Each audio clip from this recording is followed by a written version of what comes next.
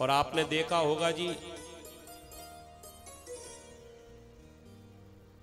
इतिहास उठाकर पढ़ लो, जिस घर में साले की चलती है वो घर हमेशा बर्बाद होकर रहता है। और ऐसा हम नहीं कह रहे हैं, आप उठा लो इतिहास। हमारे यहाँ वृंदावन में और अपने इस ब्रज क्षेत्र में ग्वालियर में भी एक कहावत होती है हमारे यहाँ, आप लोगों के यहाँ भी उसको दूसरे हिसाब से कहा जाता होगा, लेकिन हमारे यहाँ हिंदी में ऐसे कहते हैं कि दीवाले बिगाड़े आलो और घरे बिगाड़े सालो। आला होता है अलमारी, तो आपने देखे हो पुराने पुराने जो महल के लिए होते थे, छोटे छोटी अलमारियां होती थी, उसमें आला बोलते थे उसको।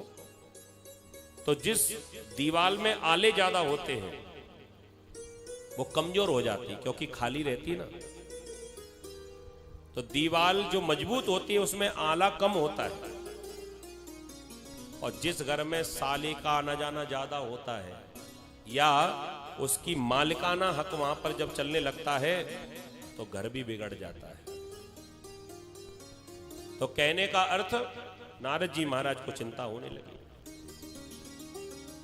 श्याल को बुद्धिदायक कन्या विक्रयणो लोभान दंपति नाम च कलकनम। थोड़े से लोभ के कारण कन्या का विक्रय होने लगा इस संसार में। पति पत्नी जिनमें बहुत प्रेम होना चाहिए, अग्नि के सामने 7 जन्मों के लिए जीने मरने की कसम खाने वाले 2 घंटे प्रेम से आपस में शांति से ना बैठ पाए तो काय के पति पत्नी। सबसे ज्यादा प्रेम होना चाहिए, लेकिन ऐसा नहीं है। नारद जी महाराज को बड़ी चिंता हुई और उसके बाद नारद जी ने कहा कि जैसे मैं वृंदावन में पहुंचा, वृंदावन में क्या देखा, एक बड़ी सुंदर सी स्त्री और उसके पास में 2 पुरुष थे। इतने बीमार थे कि वो बेहोश पड़े हुए थे। उस स्त्री ने मुझे देखा और मुझे दूर से इशारा करके बुलाने लगी, इधर आओ मेरे पास। मैंने पूछा कौन हो तुम? उस स्त्री ने कहा मुझे नहीं जानते। अहम भक्ति ऋतिख्याता इमौ में तनयो मतौ ज्ञान वैराग्य नामानो काल योगेन जर्जरौ।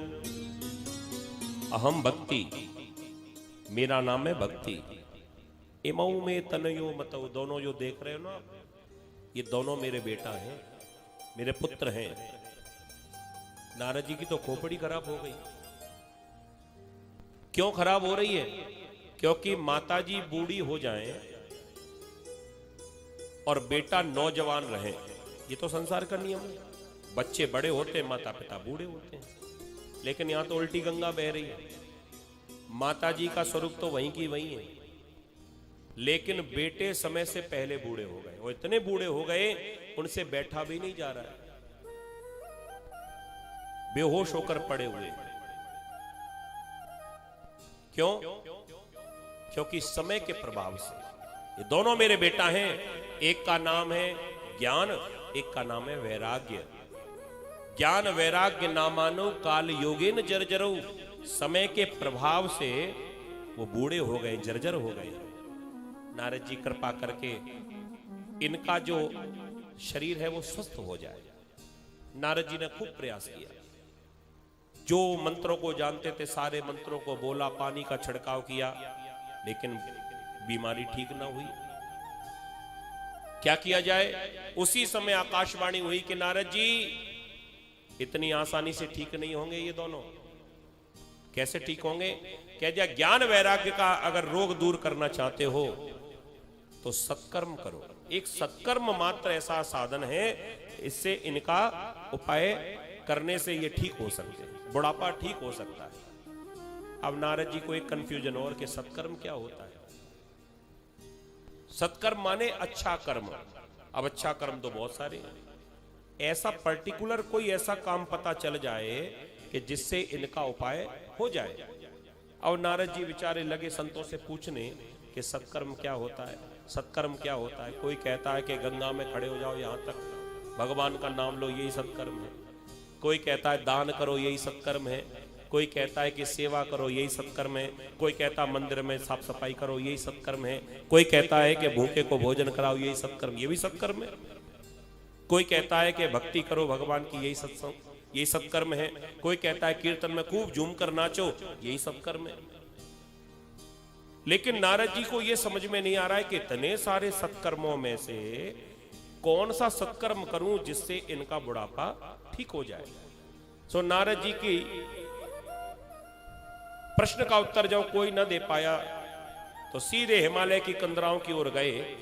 वहां बद्रीनाथ तीर्थ में चारों कुमार बैठे मिल गए, सनक सनंदन सनातन सनत कुमार, और इनसे पूछा कि महाराज ये बताओ कि सत्कर्म किसको कहते हैं। तब मुस्कुराकर कह दिया कि सबसे बड़ा सत्कर्म संसार में कुछ है तो संसार वालों को भागवत की कथा सुनाना ही सत्कर्म है, क्योंकि एक सत्कर्म में सब कुछ ही इसमें समाहित है। जैसे हाथी के पांव में सब कुछ समा जाता है ना, ऐसे ही भागवत की कथा में सारे ही सत्कर्म समाये हुए हैं। प्रेम से बोलो राधे राधे। जहां भागवत की कथा होगी वहां पर सेवा भी कर सकते हो, वहां पर दान भी कर सकते हो, भूखे को भोजन भी कराते हो। हमारे यहाँ भंडारे का भी प्रावधान भागवत में है कि नहीं। इसमें जब कथा में बीच बीच में कीर्तन होता है तो उसमें नाच भी सकते हो, झूम भी सकते हो। तो कितनी सारे सत्कर्म और एक ही वृक्ष के नीचे। अमरूद का वृक्ष होगा तो अमरूद ही मिलेंगे, अनार का वृक्ष होगा तो अनार मिलेंगे, आम का वृक्ष होगा तो आम मिलेंगे। लेकिन ये भागवत तो कल्प वृक्ष के समान है। एक ही वृक्ष के नीचे अगर मन आ गया कि अमरूद के नीचे वहीं अंगूर मिल जाएंगे, वहीं चीकू मिल जाएगा, वहीं आम मिल जाएंगे।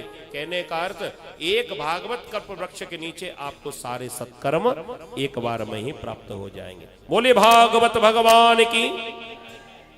इस भागवत की कथा का वाचन किया चारों कुमारों ने, निवेदन किया महाराज इतनी ऊंचाई पर चढ़कर कौन आएगा, और फिर वो ज्ञान वैराग्य चल नहीं पाते, वहां पर आना इतना आसान नहीं है, तो कृपा करके आप ही नीचे आ जाओ। तो आधा रास्ता तय किया नारद जी ने और आधा रास्ता तय किया सनक कुमारों ने। वो बद्रीनाथ से नीचे उतर कर आए हरिद्वार में। सबसे पहले कथा कहां हुई? हरिद्वार में।